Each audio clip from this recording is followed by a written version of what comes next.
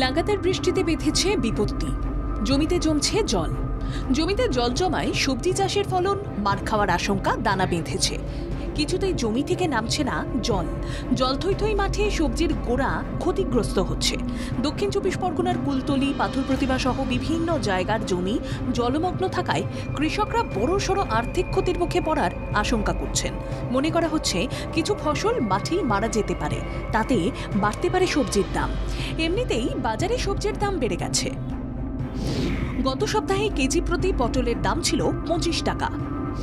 এখন কেজি প্রতি পটলের দাম দাঁড়িয়েছে 35 থেকে 40 টাকা। বেগুন 30 টাকা থেকে 100 টাকা, ঝিঙে 20 টাকা থেকে 40 টাকা, ওল 70 টাকা থেকে 100 টাকা। পেঁপে গাছেরও ব্যাপক ক্ষতি হয়েছে। বিভিন্ন শাকের দাম আগের তুলনায় কিছুটা বেড়েছে। ভরা বর্ষায় আরও বৃষ্টির আশঙ্কা রয়েছে, তাই প্রকৃতির খামখেয়ালিপনায় অতিষ্ঠ কৃষক সমাজ।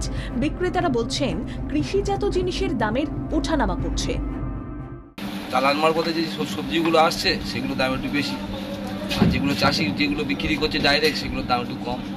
অনেক 1 মাস দাম থাকবে। কৃষক যখন ফসলের ফলন নিয়ে চিন্তা করছে, তখন ক্রেতারা জানাচ্ছেন মোটা টাকা খরচ করতে গিয়ে পকেট ফাঁকা হচ্ছে। তাই গ্রাম বাংলার মানুষ চাইছে তাদের আয়ে ভারসাম্য ফিরুক।